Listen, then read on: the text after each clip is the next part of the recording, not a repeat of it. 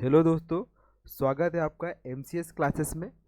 आज हम लोग भारत के पठार से संबंधित वस्तुनिष्ठ क्वेश्चनों को सॉल्व करेंगे दोस्तों। आइए देखते हैं हम लोग। पहला क्वेश्चन है हमारा, भारत के दक्कन के पठार पर बेसाल्ट, भारत के दक्कन के पठार पर बेसाल्ट निर्मित लावा सेल का निर्माण हुआ है। किस युग में हुआ है? ऑप्शन ए क्रिटेशियस युग में, ऑप्शन दूसरा प्लीस्टोसीन युग में, ऑप्शन तीसरा कार्बोनिफेरस युग में, ऑप्शन चौथा मायोसीन युग में। इसका सही आंसर हो जाएगा दोस्तों क्रिटेशियस युग में। क्रिटेशियस युग में जब ज्वालामुखी का उद्भाव हुआ था या फिर ज्वालामुखी का विस्फोट हुआ था दोस्तों, उसी से निकले लावा से इस दक्कन ट्रैप का निर्माण हुआ था दोस्तों, बेसाल्ट जिसको कहा जाता है दोस्तों। अब देखिए, अब ये दक्कन ट्रैप कहाँ पर है दोस्तों? सॉरी दोस्तों, गलत मैप बन गया मुझसे। ये यहाँ पर है दोस्तों, ये ठीक है, महाराष्ट्र से होते हुए दक्षिण भारत में विस्तृत है दोस्तों। ठीक है, और ये किस काल में बने? क्रिटेशियस युग में।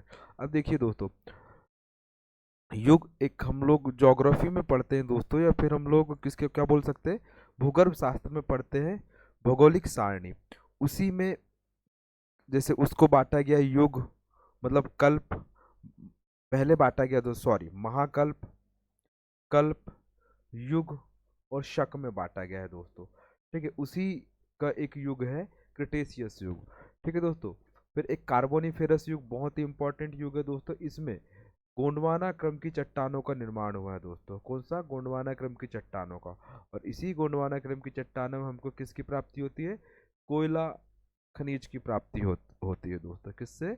कोयला खनिज युग की प्राप्ति कार्बोनिफेरस युग में निर्मित गोंडवाना क्रम की चट्टानों से प्राप्ति होती है। नेक्स्ट क्वेश्चन है दोस्तों हमारा, मेघालय का पठार भाग है। ऑप्शन ए हिमालय श्रेणी का, ऑप्शन दूसरा प्रायद्वीपीय खंड का, ऑप्शन तीसरा पूर्वी घाट का, ऑप्शन चौथा सतपुड़ा श्रेणी का। तो देखिए दोस्तों, ये मैप देखते हैं हम लोग। ये है हमारे प्यारे भारत का नक्शा दोस्तों, बोल सकते हैं। अभी थोड़ा सा परफेक्शन नहीं आया है दोस्तों। ये देखिए, यहाँ पर है मेघालय का पठार दोस्तों, इसके शिलांग का पठार भी बोलते हैं दोस्तों। अब देखिए, यहाँ पे एक मालदा गैप है दोस्तों, जो किसको जोड़ता है दोस्तों? भारत को पूर्वोत्तर भारत से जोड़ता है। किससे? भारत को पूर्वोत्तर भारत से। और ये है हिमालय रेंज, ये ऐसा चला है दोस्तों, और ये दक्षिण में मुड़ गया है दोस्तों, जो अंडमान निकोबार तक के अंतर समुद्री क्षेत्र में विस्तृत है दोस्तों। उसी के बाजू में मेघालय का पठार है। ठीक है, इसी पठार, और यह पठार किसका हिस्सा है दोस्तों? प्रायद्वीपीय भूखंड का हिस्सा है दोस्तों। किसका? प्रायद्वीपीय भूखंड का। ठीक है, ये है हमारा प्रायद्वीपीय भारत।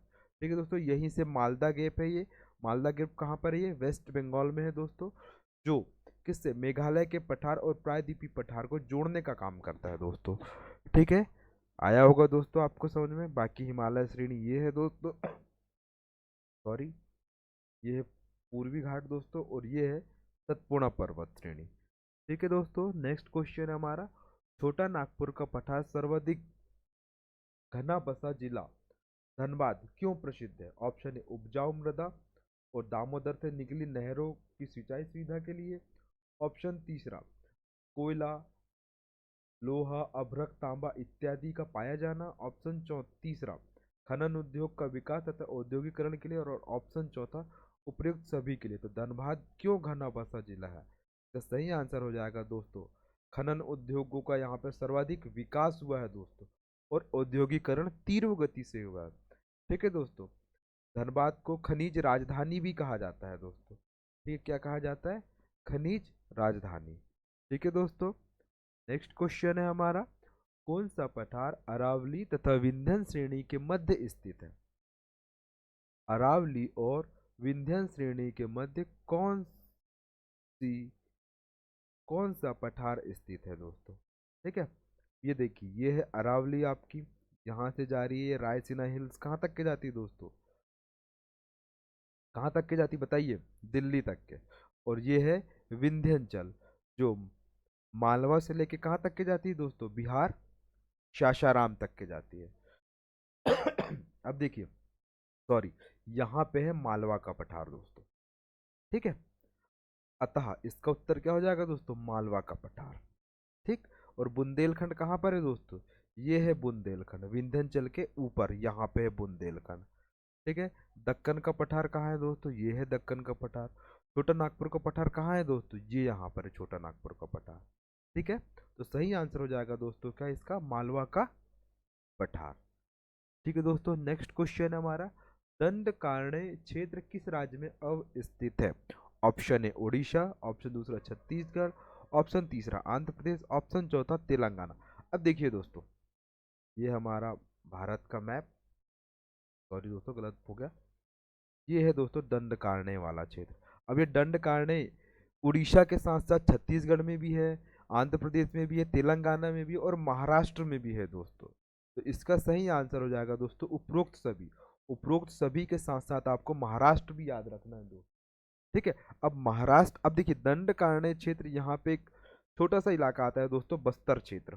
ठीक है। इसी बस्तर क्षेत्र के आसपास में नक्सलियों का क्या है दोस्तों, केंद्र रहा है, ये नक्सलियों की स्थली रही है। और हाल ही में अभी नक्सली मुठभेड़ हुई थी दोस्तों, तो 13 नक्सलियों को मार गिराया है दोस्तों हमारे जवानों ने।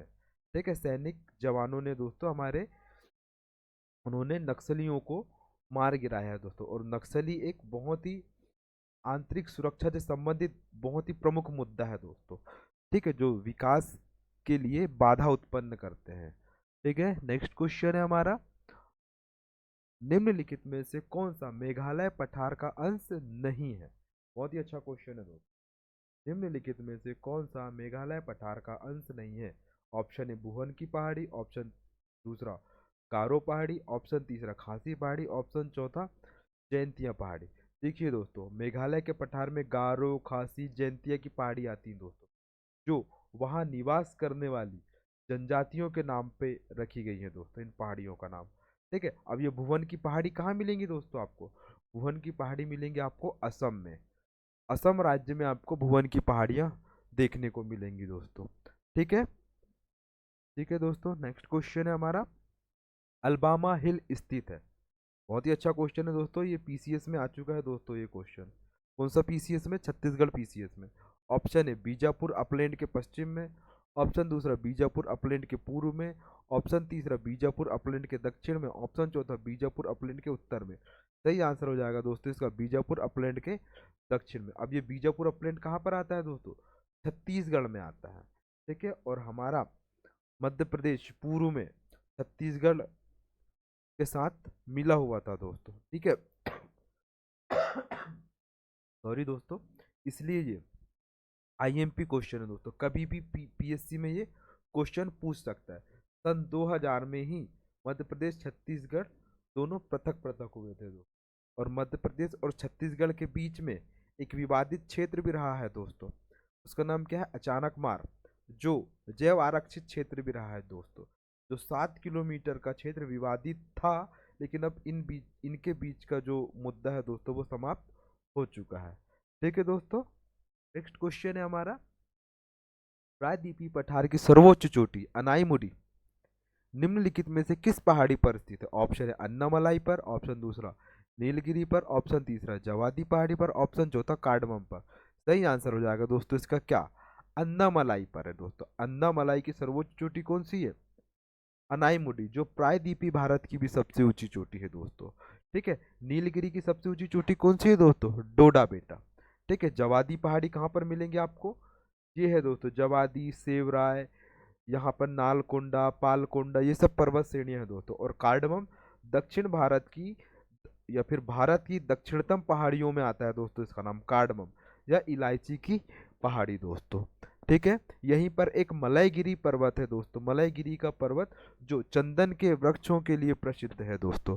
ठीक है, चंदन के वृक्षों के लिए आपने सुना होगा वीरप्पन करके एक बहुत ही प्रसिद्ध व्यक्ति था दोस्तों, जो चंदन के वृक्षों का क्या करता था दोस्तों, चंदन के पेड़ों का तस्करी करता था। ठीक है। हाँ, यहीं पर पालिनी की भी पहाड़ियां हैं दोस्तों। ठीक है। नेक्स्ट क्वेश्चन है हमारा, धारवाड़ का पठार कहाँ पर है। ऑप्शन है आंध्र प्रदेश में, ऑप्शन दूसरा कर्नाटक में, ऑप्शन तीसरा तमिलनाडु में, ऑप्शन चौथा केरल में। सही आंसर हो जाएगा दोस्तों इसका क्या, कर्नाटक में है। कर्नाटक में धारवाड़ का पठार है दोस्तों। ठीक है, और ये भारत का सबसे खनिज समृद्ध चट्टानों का नाम है दोस्तों, क्या, धारवाड़। ठीक है, ठीक है दोस्तों। नेक्स्ट क्वेश्चन है हमारा, खिचीवाड़ा का पठार किस राज्य में स्थित है? कौन सा खिचीवाड़ा का पठार? आईएमपी क्वेश्चन है दोस्तों, मध्य प्रदेश के संदर्भ में। देखिए दोस्तों, इसका सही आंसर हो जाएगा मध्य प्रदेश। अब देखिए खिचीवाड़ा का पठार कहाँ पे आता है दोस्तों, ये है बुंदेलखंड रीजन। बुंदेलखंड के बाजू में ही ये यहाँ पर है दोस्तों खिचीवाड़ा का पठार। आईएमपी है दोस्तों ये, है ना। इसमें कौन कौन से जिले आते हैं? गुना, अशोकनगर जिले आते हैं दोस्तों इसमें।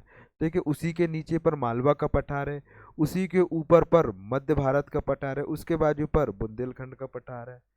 ठीक है दोस्तों, और उसी के नीचे पर एक मालवा के पठार का एक भाग आता है दोस्तों, विदिशा का पठार, या फिर इसको क्या बोलते हैं, विदिशा का पठार बोलते हैं दोस्तों। ठीक है, ठीक है दोस्तों, आपको ये क्वेश्चन याद होना चाहिए दोस्तों, मोस्ट आईएमपी क्वेश्चन है दोस्तों ये। ठीक है, नेक्स्ट एग्जाम में आपको ये क्वेश्चन देखने को मिल ही जाएगा दोस्तों। थैंक यू दोस्तों, आज के हमारे पठार के क्वेश्चंस यहीं समाप्त हुए दोस्तों।